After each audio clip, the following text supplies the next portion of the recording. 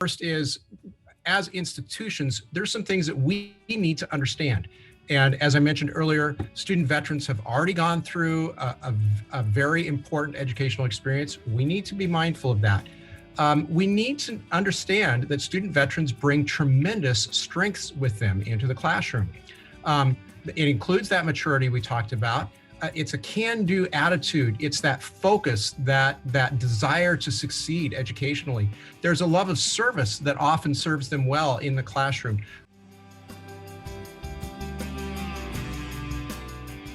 Hello, and welcome to Student Affairs Now. I'm your host, Dr. Glenn DeGuzman. In today's episode, we are discussing student military veterans with our panel of experts, Dr. Phillip Morris, Dr. Bruce Kelley, and Dr. Dani Molina, and explore what we should know as student affairs professionals, campus faculty, and administration to best support them in their collegiate endeavor. Student Affairs Now is the premier podcast and online learning community for the thousands of us who work in, alongside, and adjacent to the field of higher education and student affairs. We release new episodes every week on Wednesdays, and you can find details about this episode or browse our archives at studentaffairsnow.com. Before we jump into the conversation, of course, we have to acknowledge and thank our sponsors. Today's episode is sponsored by Stylist Publishing. Visit stylistpub.com and use promo code SANOW for 30% off and free shipping. We also want to thank our other sponsor for today's episode, Anthology. Learn more about their innovative data-driven platforms to build faster student engagement experience platforms. Learn more by visiting anthology.com/engage. As I mentioned, I'm your host, Glenn DeGuzman. I'm the Associate Dean of Students and Director of Residential Life at the University of California, Berkeley. I use the he series as my pronouns, and I'm hosting this conversation today from my home in Livermore, California, which is the ancestral home of the Ohlone peoples. I'm very excited about this topic because, full disclosure, I have family who are currently in the military and in the past as well. And I just want to send a shout out to my cousin, Lieutenant Colonel Philip J. Tadina with the U.S. Marines, who is going to be listening to this podcast. So let's meet our panelists. And so let's go ahead and get started. And this is a chance for them to introduce themselves, a little bit more about their work that's tied to this. And why don't we go ahead and start with you, Philip? Sure. Dr. DeGuzman, thank you for the introduction. Thank you for allowing me to join you for Student Affairs Now. I'm a big fan of the show and series. My name is Philip. I'm an assistant professor at the University of Colorado Springs. I've been working on this campus for about 10 years. Came here and worked as a project director, but assumed the role also of the director of our Veteran and Military Student Affairs Center on campus. Was very honored to serve in that role for about 7 years. My background, I was in the military right out of high school from 1997 to 2005. I was in the Army and Army National Guard. Had a chance to serve overseas for about 2.5 years, including a 1-year deployment to Iraq with my unit. So glad to be here and glad to sort of chat with these folks, fine folks about our veterans on campus.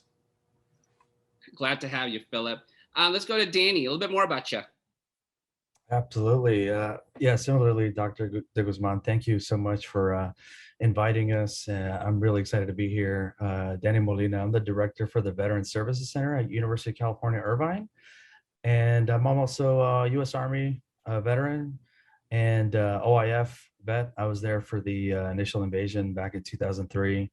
And phenomenal time in the Army was, for me, so transformational and such a positive and uplifting experience. And as a result of my time in service, I benefited from a number of educational programs, Chapter 30, Chapter 31, Chapter 33. And so I have some experience using VA benefits as an enlisted veteran.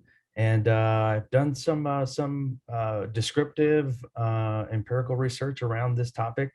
My dissertation was based on post 9/11 GI Bill beneficiaries, and attempted to paint a picture of this population early on. That work continued at the American Council on Education, where I was able, fortunately, to use U.S. Department of Education data through their NCES suite of surveys and instruments. Just phenomenal data set that I was able to capitalize and again, continue the work of painting a picture of our post 9/11 era veterans and seeing what we can find, how they think about college, how they approach higher education, decision making, and the like. And so, again, I'm really, really happy to be here and really excited about this podcast. Thank you for having me. Looking forward to hearing some of your thoughts and insights, Dani. And let's go to Bruce. Yes, it's good to be with you all, and I look forward to our discussion today. I'm Bruce Kelley. I'm Dean of the College of Fine Arts at the University of South Dakota. That's a recent appointment for me. In my previous role, I was the Assistant Provost here at the University of South Dakota, where I oversaw our Center for Teaching and Learning, the USD Testing Center, and our Gallagher Center for Experiential and Education Abroad. And it was in that role that I began to study how we can better serve our student veterans, going back all the way to 2011, when I received a FIPSI grant with a couple of co-workers here, Ernetta Fox and Justin Smith, and to help really train our faculty to better understand and serve our student veterans. And so that's a bit of where I come from. I'd like to give my father a shout out. He served in the Army National Guard for a number of years. I have a number of other members of my immediate family that have served in the military, and I thank them and you all for your service. I think we thank them all. Thank you. Let's Phil, let's get you started and kick us off. Now, when I think about the relationship between military and higher education, for me, I personally think about the GI Bill, which definitely, I think, had a huge role in giving veterans access to higher education. But I also recognize and acknowledge that my understanding of that relationship is limited and definitely has gaps. Can you provide sort of like a quick history lesson for me and others and our listeners on the relationship between higher ed and the military, and how did it evolve? Sure.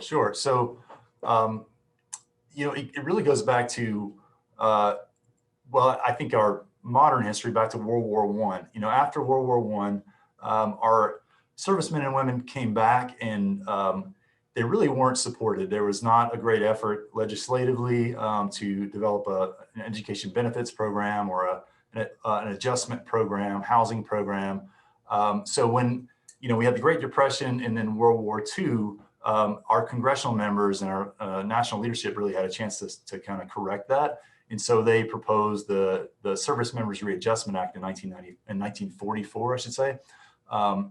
It really provided access to higher education and home ownership for millions of veterans. So a lot of folks credit the original GI Bill with opening the door to the middle class, opening the door to education, home ownership, and just really giving this opportunity for development for all these folks. In the late 40s, in fact, somewhere around 50% of all undergraduates were veterans. We had an explosion of veterans coming back to education. State colleges and universities were developing housing communities just for veterans. If you look back at some of those historic images, you'll see large communities and temporary housing that was because it was such a high number of folks that were coming back. Right now we have about 4% to 6% of undergrads have a military connection. So it's not a huge percentage. But when, after World War II, it was a massive percentage of our students and really an influx of dollars, not just for our veterans, but our campuses really to develop, programs. So there've been multiple iterations of the GI Bill since then. The Montgomery GI Bill was a result of the Vietnam War and trying to update and modernize the GI Bill. That happened again in the 2000s, 2008. Senator Jim Webb proposed the post 9/11 GI Bill.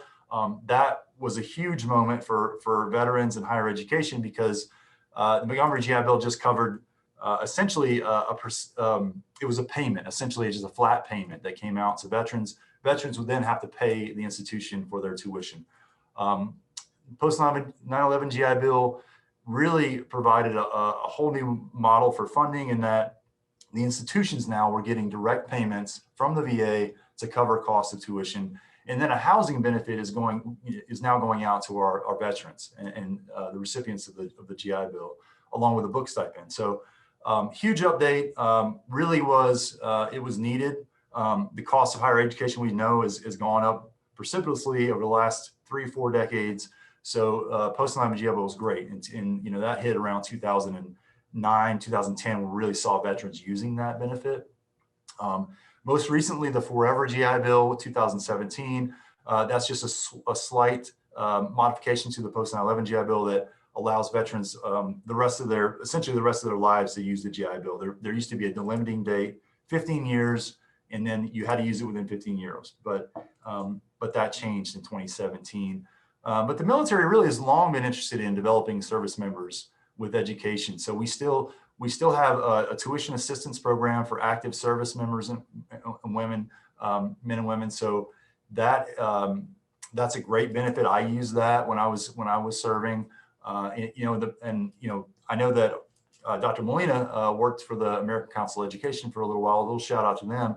But for years they have been really supporting our military servicemen and women with education and translating those experiences to credits and to career progression and growth. So there are these sort of legacy organizations out there that have been working on education, for our vets and our military members. But it has modernized, and right now I think it's working well. I started in 2012 working in this space, and it has, the VA has adjusted, campuses have adjusted.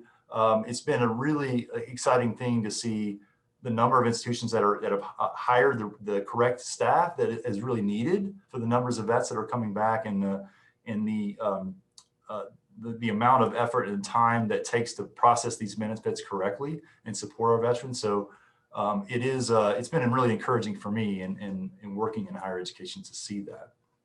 But I'll stop there, but let Dr. Kelley and Dr. Molina add anything. Thank you so much for that overview. And I definitely agree. I think that, and I didn't really, it's helpful to hear that, the evolution of the organizations and the policies, as long as they're keeping up to support the student veterans. And the funding piece is definitely one aspect that needs to be addressed, but obviously there's other transition issues before they even arrive. And this, I'm going to direct this question to you, Dr. Molina. Student veterans have unique and diverse challenges as they transition to college. Like many other college-bound students, adjusting just from living at home to college comes with the challenges, but for military veterans, it's a little different. They're transitioning to be a college student from a different set of challenges. Can you talk about these transition challenges student veterans face when they come to campus, especially things student affairs professionals should know about? Absolutely, I'd be happy to. But just briefly before I do, Dr. Morris, I just can't stress enough how important the original World War II GI Bill was. I mean, it had such a direct impact on almost everything we do in student affairs, right? The GI Bill benefit worked so well that the Pell Grant was created, right? Department of Education looked at the VA's educational portfolio and they say, hey, this is a wonderful benefit. Why not create something for our non-military connected individuals, right? So it resulted in the Pell Grant. There was such an influx in housing, right? And that led to the creation of student housing that we now have at most campuses. I mean, there's so many direct benefits that resulted from the almost 8 million.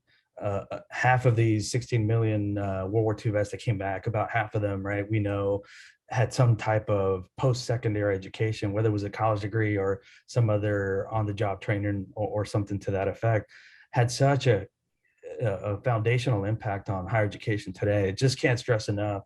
And Dr. Morris did a fantastic job of just kind of outlining the direct effect it had on higher education, and which we still do today, right? The Forever GI Bill and some of the modifications. I'm almost certainly sure that the Department of Education and other federal agencies are looking at that very closely, and maybe looking at the data and what can we learn from such a great benefit that our post 9/11 veterans benefit from nowadays. Of course, we're always refining and fine tuning and all that good stuff, and that's continuing even to this day. But again, for me, it was very impactful. Now, so to your question, right? What happens when they transition from active duty military, right, into higher education. This was a question that we looked at very closely at the American Council on Education. And so, you know, the lens kind of that I took, approaching the research that I've done was that we really need to take a step back, because the military community is much more diverse than just kind of veterans, and through my own personal experience, I'd show you a really good example. As a student veteran at UC Santa Cruz, we were a full-time student with my colleagues. Some of them were in the National Guard and Reserve, right? So the reserve component, we would start the term, and all of a sudden, during that time, they would get called up. They get called up to training, deployment. There was a high deployment tempo at the time, right? OIF, OEF was in full swing. And so they experience a lot of false starts, right? So in contrast to that, I was a veteran, right? According to the way the VA defines a veteran, right? No longer had obligations to serve in the military. So then I can focus ideally full-time as a student. They couldn't. And so I realized that, hey, look, we're building research and practices around this population. We really need to take a closer look at how diverse just this population is alone. And so some of that work that I started at UCLA, earning my PhD, and that I was really able to engage in at the American Council on Education during my time there, is we really wanted to kind of unpack this population, and first, before we look at, how do they experience and make decisions in college. And what we found was pretty remarkable. And it confirmed some of our hypotheses about just how military connected students experience college very differently, right? So how do you define military connected students? Nowadays it's I think a lot of folks are more familiar with that term, military affiliated, military connected. And so it's just an umbrella term to kind of understand that this is a diverse population, right? We're talking about veterans, National Guard, reservists, active duty, and a growing dependent population, right? So the dependents are these adult children and the spouses of veterans and service members. So that's military connected. And what we found was, I'll just, one of the key takeaways was, 1/3 of National Guard and about 1/3 of reservists were in college were women, while only roughly 1 in 5 or 22% were active duty, or 21% were women. So there's some clear differences there. Half of active duty folks and reservists were racial ethnic minorities or multiracial. We found that National Guard members in college had higher incomes on average relative to folks on active duty and reserve.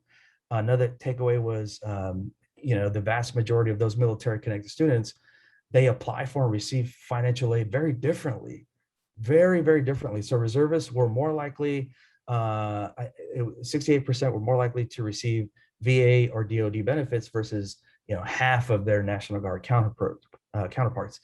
Another key takeaway was a large share of those students face life circumstances that can inhibit their success in college, right? 60% among those active duty that were part of this data set were identified as having 4 or more risk factors for not completing college.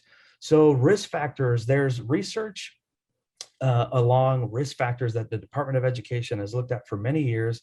And those risk factors can include being a first generation, being a single parent, being classified as an independent student, and other risk factors. And so what we found was those on active duty were at higher risk of not completing college. And then veterans were, followed active duty and the like. So what I'm just trying to build a picture about this diverse population, and that they all experience higher education very, very differently. Now, for veterans, they're going to be much older than your traditional and different than even your non-traditional counterparts. And it's that military service that's going to set them apart even more from your non-traditional counterparts. It's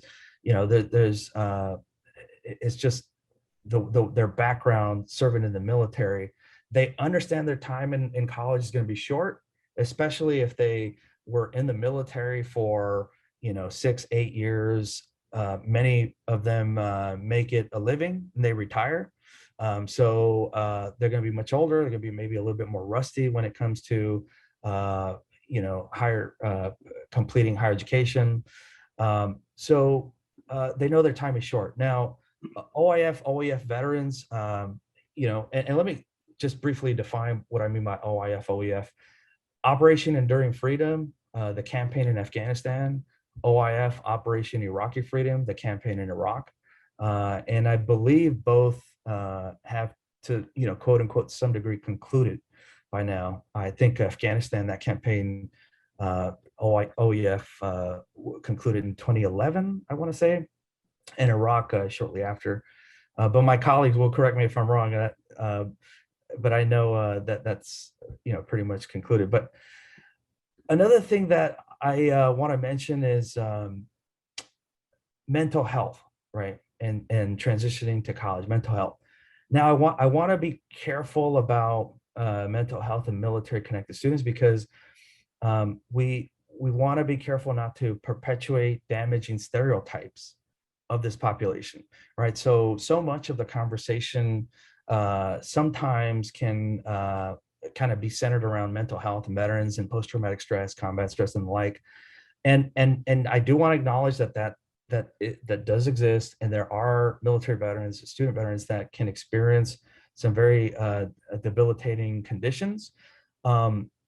We always need to also showcase that veterans are very successful in college, right? And so there has to be a balanced discussion within your own campus about what are the needs of your military connected students.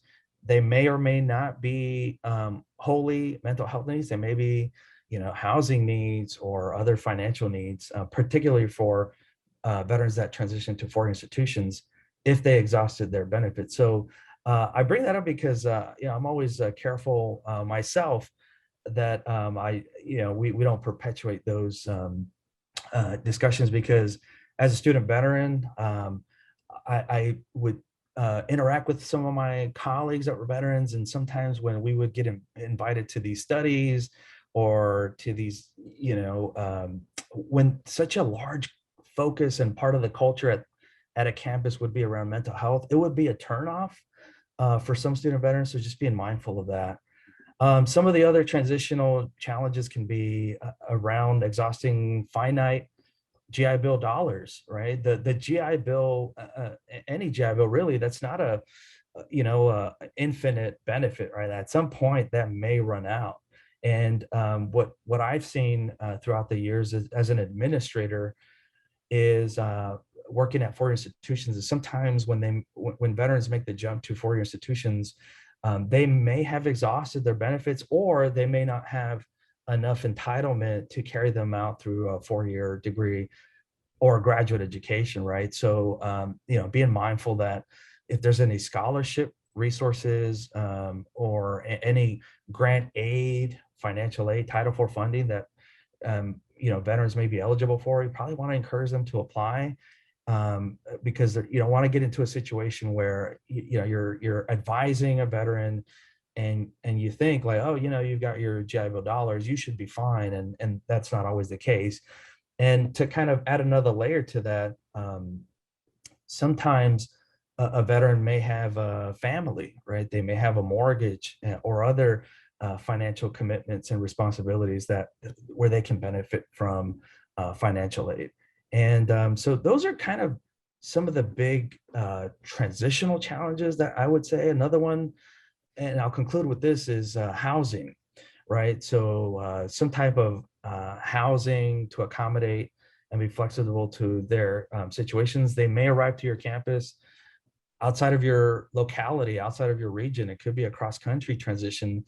And so they don't, you want to have a place where they can land, and their probability to succeed is much higher. We know from research that if a student, and not just a veteran, but any student, if they live on campus, their probability of college completion and retention is going to go up, right? It's going to be a much higher probability because of the, you're close to campus resources and your networks of support. So if, I'm very happy to share that here at UC Irvine and most campuses that I've been in, we have guaranteed housing.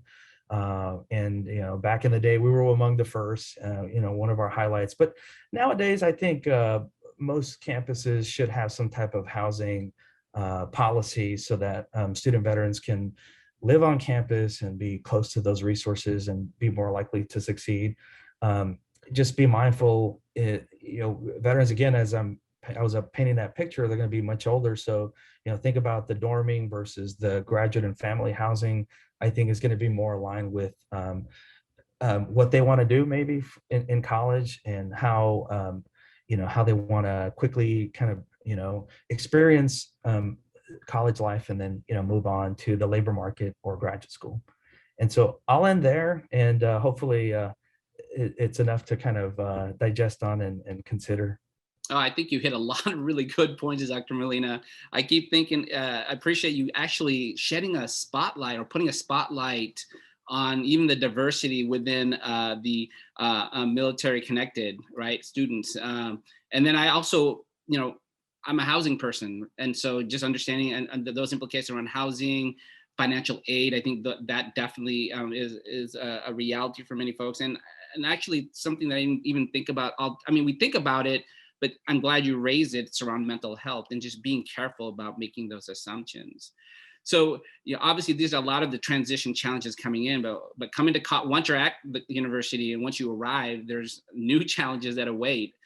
So this question is for you, Dr. Kelley. For me in preparation for this conversation, I became aware of some statistics that indicated that, once veterans arrive on campus, half of them don't feel connected on campus. And then another third feel judged for their affiliation with the military. Why is this? Well, that's a great question. And I'm just going to say thank you to both Dr. Morris and Dr. Molina, because a lot of what I'm going to say is going to bounce right off of what they did. And I appreciate so much, in a podcast like this, we're going to talk about some generalities, but it is really important to note that our student veterans, our military affiliated students are individuals. And one of the things that I learned as a person who has not been in the military, as I got to know our student veteran population, is how incredibly diverse that population is. And so it's important for universities and colleges to understand that. I will also say that depending on your location, you will also often have a predominant type of military affiliated student. If you're located next to a base, you may have students that are affiliated with the branch of service, that is at that base. We know from our research here in South Dakota that a lot of our students are affiliated with one of the Guard units, National Army National Guard or Air National Guard, and those differences matter too. The experience of someone that's in the National Guard is different from someone who's in the reserves, is different from someone who's on active duty. And so there's a lot of understanding that needs to happen as we look to try to serve our student veterans and our military affiliated students. So to get to your question, and again, I'm just going to bounce off some of the things that Dr. Molina said. One of the things that we have really tried to focus on as we have trained our faculty and staff is that members of the military are coming to us already having had a formidable educational experience. It's not like higher education is the first thing, the first time that they've been asked to learn. The military does a really effective job of training and teaching its members. And so that's one of the things that faculty and staff need to understand. In addition, there's differences in how military training occurs and how learning happens in the educational systems in higher education typically. And again, there's going to be some generalities here. But if you're talking about student veterans not feeling quite connected, one of the easiest ways to think about this is to think about the difference between a typical classroom environment and a military briefing. And if you've never experienced a military briefing, then one of the things that we did is working with our Student Veterans Center, we asked our student veterans to do faculty training and run it as if it were a military briefing. And boy, did that open up faculty eyes. They all of a sudden, it's like, oh, okay, I get what the differences are. That was a fantastic opportunity. And by the way, I will say one of the most effective things that we did throughout our work with faculty was to involve our student veteran population. Just bring them into the conversation, bring them into the training. They're people with a ton of experience, and they were more than happy to run our faculty through a military style briefing. They enjoyed that. So, you know, it's important to know the differences. The training that our military students receive has instilled in them a sense of identity, a sense of purposefulness, and a sense of pride. And in higher education, we don't always do a great job of that. And so there's a difference there.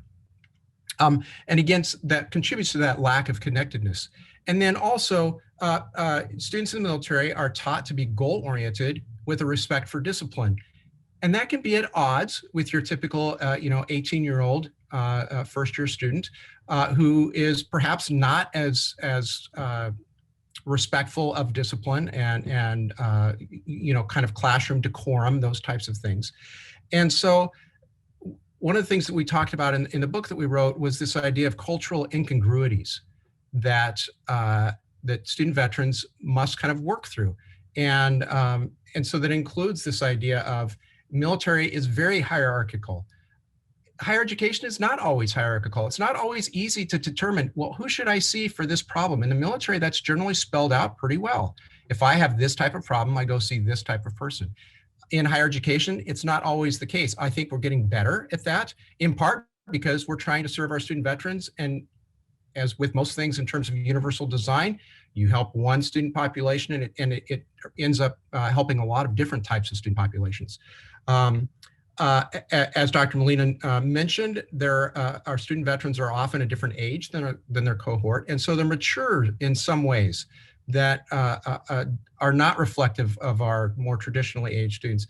In addition, they've often had significant life experiences, including firsthand international and cross-cultural experiences that our other students just don't understand and don't get.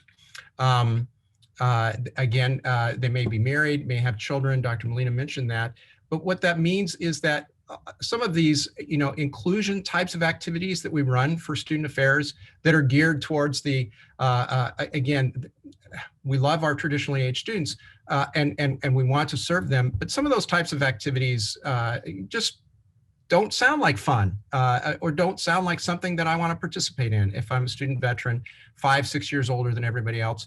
And with just a different type of life experiences. So those all contribute to the feeling of kind of not being connected. I'll also mention, again, bouncing off of what Dr. Molina said, our women veterans often experience that discontinuity in ways that are different than our male veterans. And I think that it's important for us to understand that to a better extent than we do. And then in terms of feeling judged, I hope that this is getting better. I hope that we are not harboring the same type of stereotypes about the military that we did 20 or 30 years ago. But I know that we do have faculty that sometimes harbor those stereotypes. It may be just because they're not familiar with military systems. A lot of times it's not active, but it's kind of this unintentional, passive type of setting up type of atmosphere that makes our student veterans feel judged. In the same way, because they feel disconnected from their peers, they may also feel judged by their peers. And so that's one of the things that we have to work on. Thank you for that overview. Your example about the military briefing versus the classroom, that's phenomenal. It made me think about an experience when I used to teach a leadership class at my current institution, UC Berkeley. And a big part of that class was trying to bring in diverse perspectives from student leaders. And I was very intentional in having military connected students on that. And when we do engage in these type of leadership activities, they can be very conceptual, very holistic, and sometimes not very direct. And one of the pieces that we did in a leadership program was to, and speaking with the students who identified as student veterans, right? We had them bring in some of their examples to tie into some of the more conceptual pieces, so direct input. And I found that got them really connected to the curriculum better, knowing that they felt like they can contribute to the conversation. It is a very different style, and I do appreciate you bringing that up. Dani, I want to return back to you. So, we think about some of the direct services, and obviously you are in the Student Veterans Office. So can you tell me more about some of the best practices for a Student Veterans Office? Yeah, absolutely. So some of the best practices, right? We're very fortunate that here in the Southern California region, we are able to work with Dr. Marshall Thomas. And so Dr. Thomas has what's called a VetNet Ally Seminar. And typically it's about a 4-hour seminar. I believe now they're obviously the pandemic, probably a virtual seminar, but the in-person one was phenomenal. I've experienced it a few times. That's always one of the recommendations that I have in terms of like, what are some good practices to inform faculty and staff on how to engage and not engage with veterans and other military connected, because there's some language you can use that's okay, other language not so okay, right? And so he gives a deep dive into the background of being in the military and rank and structure, and what are some of the experiences that folks go through in the military, and then kind of walks folks through what they may experience in higher education and what we can do to help them. So I always recommend VetNet Ally to Dr. Marshall Thomas. He's now was at Cal State Long Beach as director of the Vet Center, and now he's in the Chancellor's office. And so feel free to reach out to him. Psych Armor is another wonderful resource. We actually have it on our website. Psych Armor, that's PSYCH, and then Armor, ARMOR. They have a number of courses for like higher education professionals. 15 things veterans want you to know, academic accommodations. They have advising military students in higher education, just a whole number of other courses. And some of those instructors are phenomenal. I've worked with some of those instructors in the past, and they're veterans themselves. They're just really technical experts in the area. So I highly recommend Psych Armor. And then some of the literature, right? Call to Serve, I think, is a staple. A handbook on student veterans and higher education. I believe Corey Ruman was one of the lead authors there.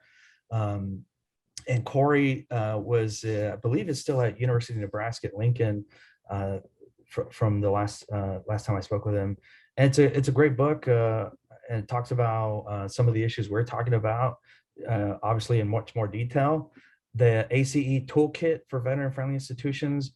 So the ACE Toolkit, which I helped manage when I was at ACE, at the American Council on Education, was really a kind of depository of really good practices that any institution can share, right? So you created an account, you uploaded your your summer orientation for your campus, so that hundreds and hundreds of other campuses across the US can look at and use as a template, maybe contact you to get more information, anything about housing, anything you had related to serving military connected students. This toolkit, now that it's retired, basically took all of that knowledge and synthesized all that, and it's free. You can Google ACE Toolkit for Veteran-Friendly Institutions, and you have that summary at your disposal. It's really good information there that I recommend for folks to take a look at and consider implementing at your campus.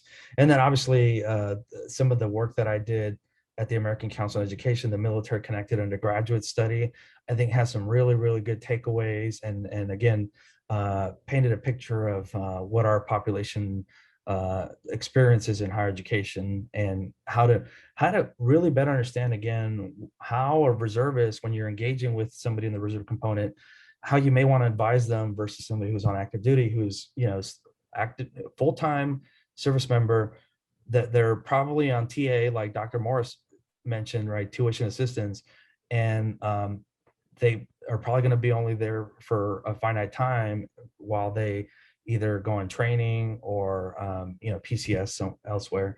And then lastly, I'll say, if you have a veterans center, veterans office, I would engage with the staff there, right? They're going to be able to walk you through their population, because campuses they're all different, right? Walk you through their population and talk to you about, like, hey, here's how we can work together in student life. Here's what we can do to better understand and support our military connections for each campus, right? So good example with Dr. Morris, University of Colorado Springs, you have Fort Carson's like right down the street. So I would imagine you're going to have a lot of folks on active duty, and even the dependents, right, who are benefiting from Chapter 33 and others. We really don't have any military installation close to UC Irvine. So we don't, obviously our population will probably look different than his campus, but so those some of the recommendations that I offer in terms of engaging with the vet's office and student affairs. Yeah, and if I might just jump on there, Dr. Molina, we've had success. So I like to tell a story, like a development story on our campus, because I mentioned 2010, that's when the post 9/11 veterans showed up. All the campuses had to adjust to this whole new veteran benefit process, and a whole lot more veterans coming back. So we started with, a small staff, a small office. One of the things that I did when I started the position, we immediately connected with our university advancement and thinking about how do we support beyond just our traditional funding sources, new staff lines, new positions, new initiatives, supporting student scholarships, all of the growth and development. So we started small with USAA, a grant. We worked with JP Morgan Chase, worked with the Anschuetz Foundation here in Colorado, and I saw this across the country. You see it across the country: family foundations, major corporate donations, and philanthropy arms that want to support veterans. I always like to mention that one as well, because there has been a wave. There has been an opportunities out there for folks that want to support veterans, and this on campus is a fantastic place, for a family foundation or a corporate foundation to do that. So that's another one that I think has been successful for campuses. And I would suggest any new student affairs professional working with veterans, think about that. Think about how can we partner with the local coffee shop to offer coffee for the veterans on campus. Those are all things that we kind of work through. The first year is so important. So Dr. Molina, you worked at the University of UCLA Higher Ed Institute, the Institute for Higher Education. They have their first year survey, right? That's a huge initiative. They run that for probably 50 years, thinking about what is those really important things for all first year students, in their first semester and in that retention survey. So the same thing I think is true for adult continuing students that are coming back and have been away from school for a long time. So I think about orientation, making sure that we bring them in, give them a warm welcome, make sure they know where to go for services and help, and connecting things like the Wellness Center to the Veteran Center. We did a broad initiative on our campus to connect wellness points across campus. So we eliminated any fees for individual or group therapy for veterans. We had grant funding to knock that out. We take our first year seminar for veterans to the Wellness Center, and we introduce them to all the services and the counselors, and thinking about mindfulness and sleep health and all these different sort of aspects of wellness that we make sure that they understand, how to be well as students and how to really integrate on campus. So that first year is really important. That's one thing that I would say any new outfit or new student affairs professional is going to work with veterans. Think about making that connection, even as they're transitioning out, before they're even your student. Like, what are the services? What are the things that we can do for you on this campus to help you reach your goals, essentially? So that I would add that one as well. Thank you, Dr. Morris and Dr. Molina, for just that overview and providing some of the best practices and resources and suggestions as well. I want to go back to something, Dr. Kelley, you said earlier, you threw some love to some of your colleagues. I know along with Justin Smith and Ernetta Fox in 2013, you wrote a book, Preparing Campus for Veteran Success.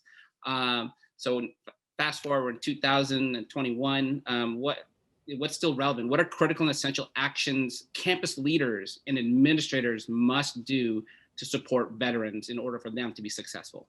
Thank you for that. Yeah, and we chose that title for two reasons. The first is the way that you took it, but the second one is preparing your campus for veteran success, because they're going to succeed as a whole. So your campus better be prepared for it. I mean, you know, and so we've already heard a lot of great ideas that are still relevant today. The first is, as institutions, there's some things that we need to understand. And as I mentioned earlier, student veterans have already gone through a very important educational experience. We need to be mindful of that. We need to understand that student veterans bring tremendous strengths with them into the classroom. It includes that maturity we talked about. It's a can-do attitude. It's that focus, that desire to succeed educationally. There's a love of service that often serves them well in the classroom. And again, these experiences that they've had life experiences that other students don't have, that they can use to inform their learning.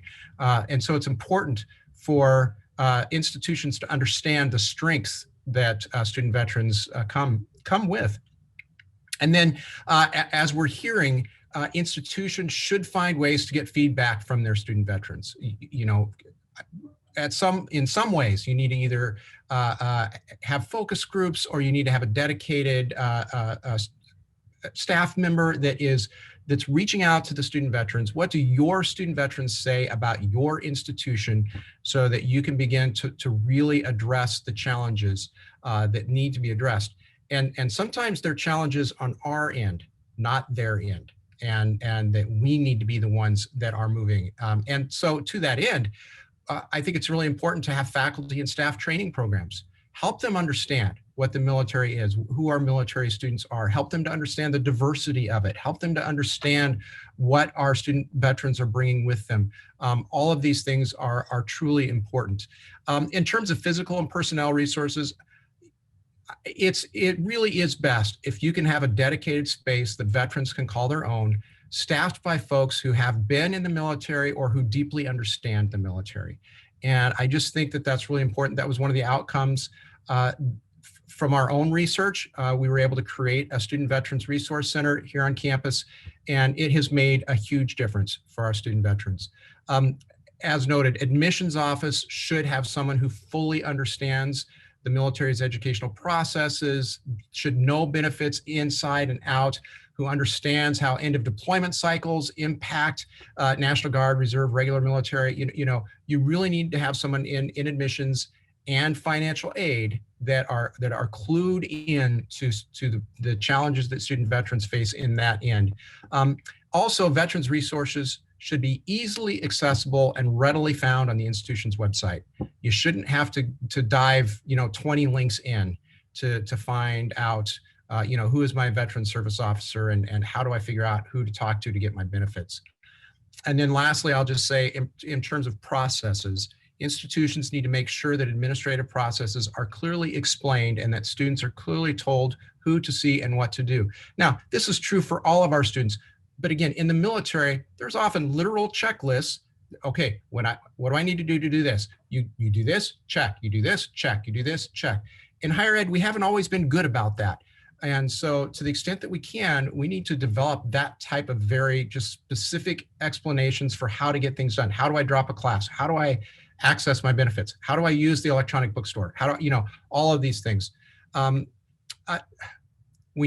Students need to know how their military credit is going to transfer in. ACE has done a really great job of trying to help institutions figure that out, as has been mentioned, but you need to have someone at your institution that knows and can help student veterans better understand how are those credits going to transfer in. And then finally, as an institution, you need to have clearly identified and well thought out policies that take student veterans into account. So, for example, can veterans be exempt from mandatory first-year housing rules? That's really important. Do absence policies address, for example, National Guard training dates? Or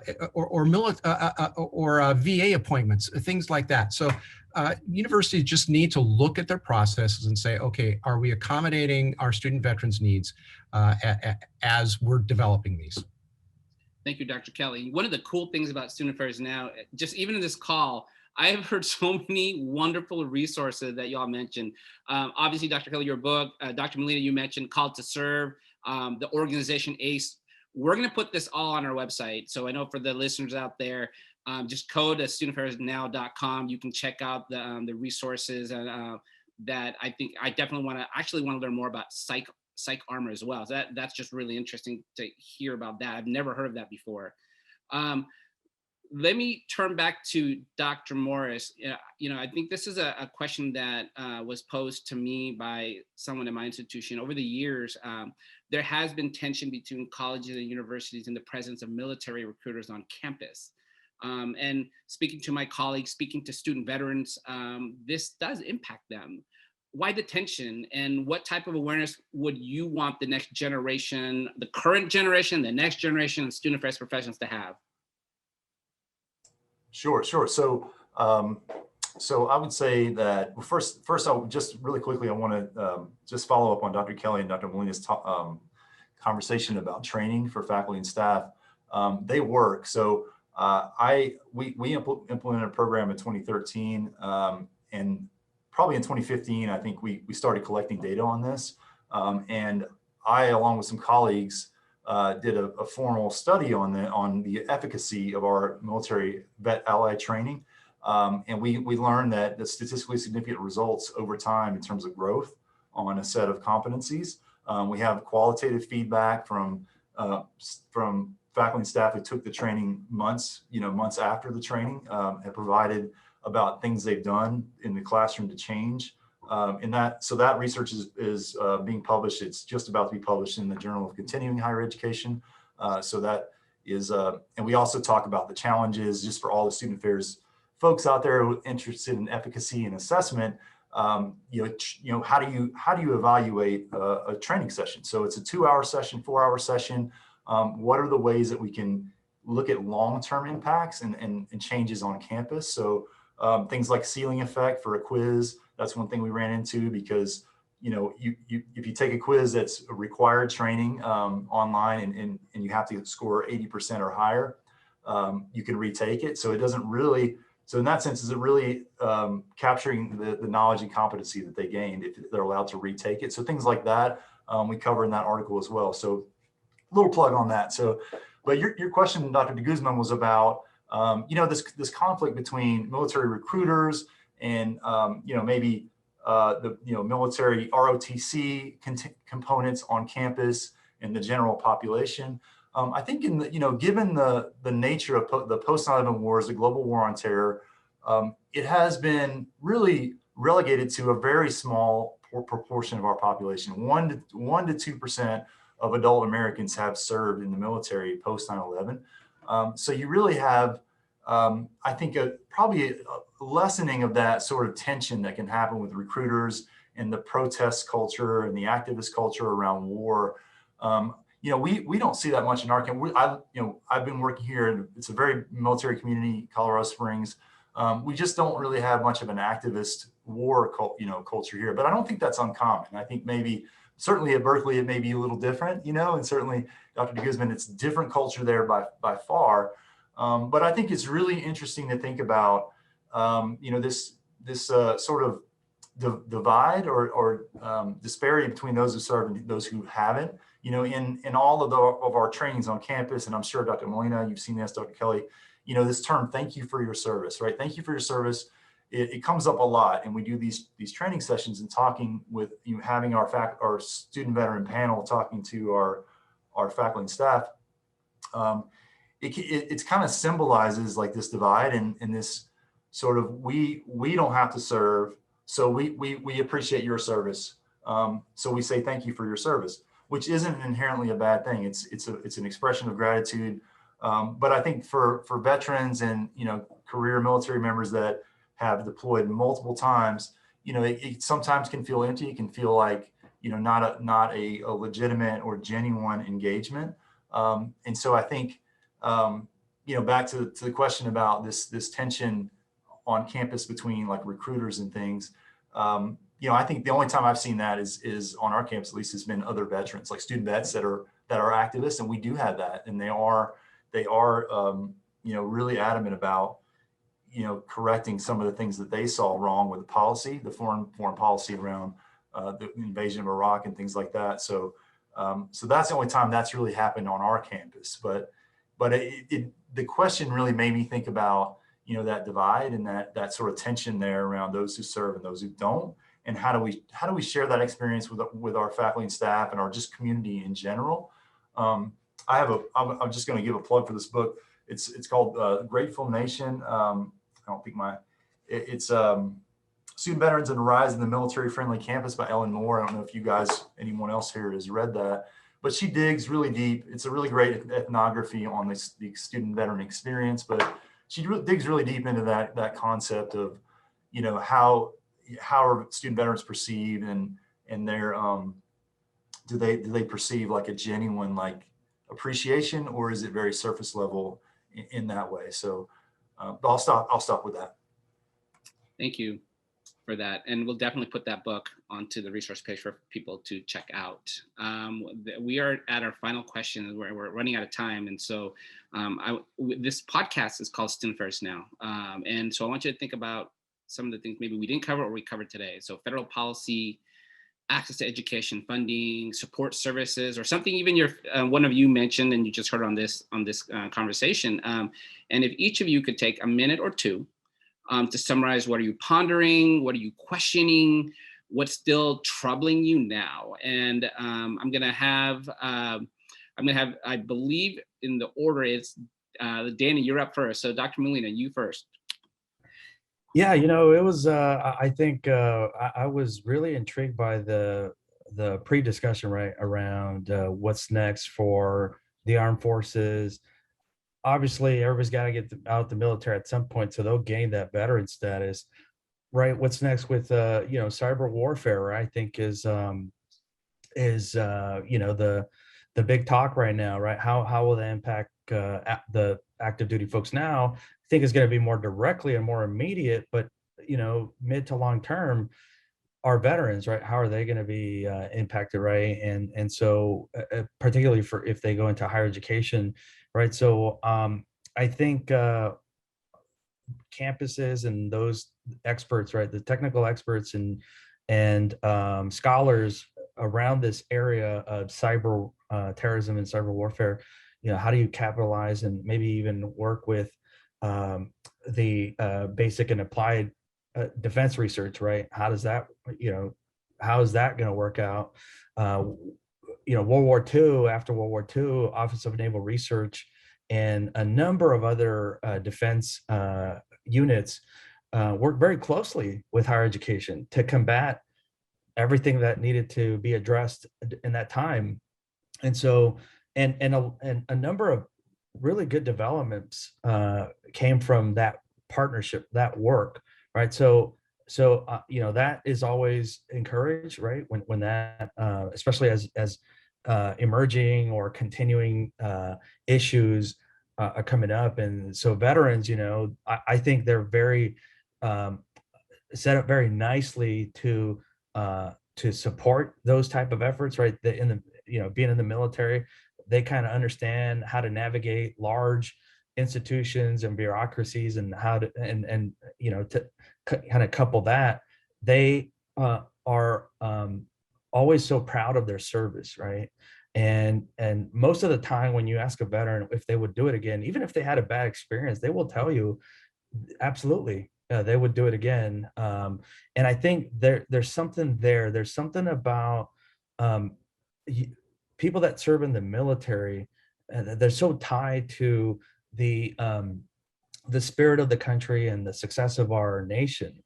And I feel like when people get out, some of them may be looking to continue that, right? That contribution. So I'll end that there, but I think there's something to look at both from an institutional perspective, partnering with defense, but then also for our veterans, so that there may be opportunities in higher education to contribute to that partnership. Thank you, Dr. Molina. Dr. Kelley, what's on your mind? Well, I'm also going to bounce back to some of our discussion before we started our official podcast. And that is, we were having a little bit of a conversation about the creation of the Space Force. And so just very quickly, what I'll say is the military is going to continue to change. As Dr. Molina was saying about cybersecurity, the military is going to continue to change. As it does, higher education must also continue to change so that we can continue to serve our student veterans.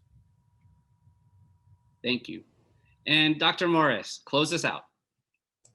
Sure. Yeah. Thank you. Thank you so much, Dr. DeGuzman, for the opportunity. One of the things that I was thinking along with Dr. Molina and Dr. Kelley about the sort of our modern defense mechanisms and how that will change the military experience. And, the military is diversifying tremendously. So I think I read between 2010 and 2017, there was like a 20% growth in individuals of color serving in the military. So we have a very diverse, as we mentioned this a few times, it's an extremely diverse group. There's an opportunity now for folks with that are transgendered or different identities to serve, and that has been a change. Since Don't Ask, Don't Tell, there have been some significant changes in the military to be more inclusive and accepting, and so that's encouraging to me. And I think that we're going to see more diverse identities that come in as student veterans. They're not all going to look like me. My demographic is probably the most dominant, but that's not going to be the case forever. So that's encouraging. And I would say, I'm also wondering about, the pandemic has changed all of us in thinking about distance education and hybrid education, and how the VA will continue to support, student veterans that are living in Colorado that want to study in California, for example. So, I wonder about those things as well in terms of distance education, but, while curbing the influence of the for-profit sector, which I won't go further into that for a different podcast, but I'll leave it at that. So thank you for the opportunity. And I want to thank this entire panel. I want to thank Dr. Dani Molina, Dr. Phillip Morris, and Dr. Bruce Kelley for being my guests today. Dr. Morris, special shout out to you for outreaching to Student Affairs Now. I know you're a listener, so with the topic, this was something that our team definitely wanted to do. And so thank you so much for doing that. It's a reminder to our audience, if you have a great topic, bring it to our attention. I want to thank Nat Ambrosi, who does all the behind the scenes work to get these episodes prepared, transcribed, and aired. Thank you. And I need to definitely do the full shout out to our sponsor. Stylus is proud to be a sponsor for Student Affairs Now podcast. Browse their student affairs, diversity, professional development titles at styluspub.com. Use promo code SANOW for 30% off all books plus free shipping. You can find Stylus on Facebook, YouTube, Instagram, LinkedIn, and Twitter at StylusPub. This episode is also sponsored by Anthology. Transform your student experience and advance co-curricular learning with Anthology Engage. With this technology platform, you are able to easily manage your student organization, efficiently plan events, and truly understand student involvement to continuously improve your engagement efforts at your institution. Learn more by going and visiting anthology.com/engage. To our audience and listeners, thanks for joining us. If you're listening today and you are not already receiving our weekly newsletter, please visit our website at studentaffairsnow.com and scroll to the bottom of the homepage to add your email to our MailChimp list. While you're there, definitely check out our archives. We're continuing to grow. And again, we've surpassed, unbelievably, the number of downloads for our show has been just truly amazing. It tells us that you are listening and you are definitely outreaching to us. I'm Glenn DeGuzman. Thanks for spending time with us today and listening or watching. Hope you enjoyed this episode. Wherever you are, go out and make it a good day. Take care.